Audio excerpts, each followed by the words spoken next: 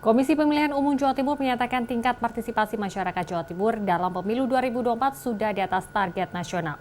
KPU Jatim menargetkan dalam Pilkada November mendatang, partisipasi masyarakat juga tetap tinggi.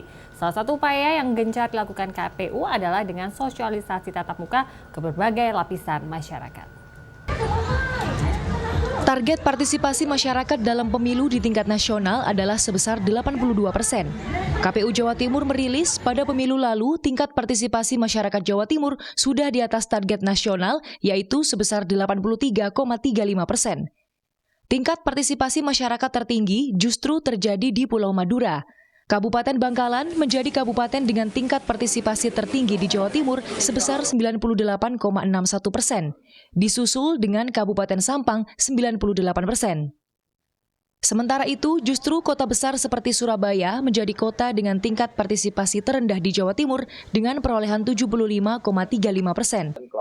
Menurut Komisioner KPU Jawa Timur, Nur Salam, banyak faktor yang mempengaruhi tingkat partisipasi masyarakat dalam pemilu. Tidak hanya dari segi keterbatasan informasi, namun lebih ke tingkat kesadaran politik yang masih minim.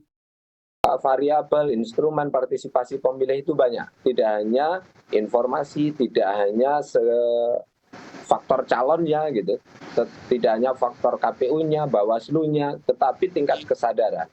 Nah, inilah yang kemudian kita ambil bahwa peningkatan kesadaran peduli terhadap keberlangsungan daerahnya masing-masing, utamanya di Provinsi Jawa Timur ini penting.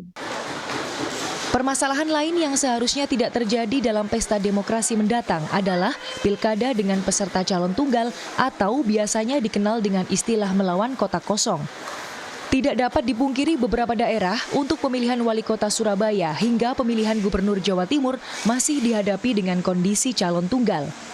Menurut dosen ilmu politik Universitas Negeri Yogyakarta, Fikri Disyacita, fenomena ini kerap terjadi ketika dalam satu daerah sosok petahana masih memiliki modal politik yang kuat, sehingga partai politik harus lebih berhati-hati dalam memunculkan kompetitor.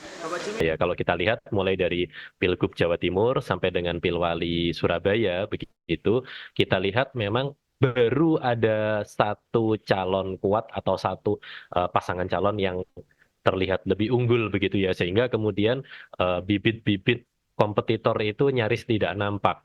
Ya, itu terutama sekali kita menyebutnya ada keunggulan petahana atau incumbent advantage yang kemudian membuat para kompetitor baru ini ketika mau masuk gelanggang pemilihan mereka sudah tidak percaya diri dulu karena tidak mampu mengakses sumber daya politik begitu ya sekuat yang dimiliki oleh petahana.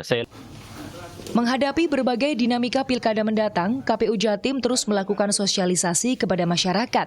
Namun, sosialisasi tersebut akan optimal jika diimbangi dengan kesadaran politik masyarakat, khususnya warga Jatim. Gea Clarissa, Andreas Wicaksono, Surabaya, Jawa Timur.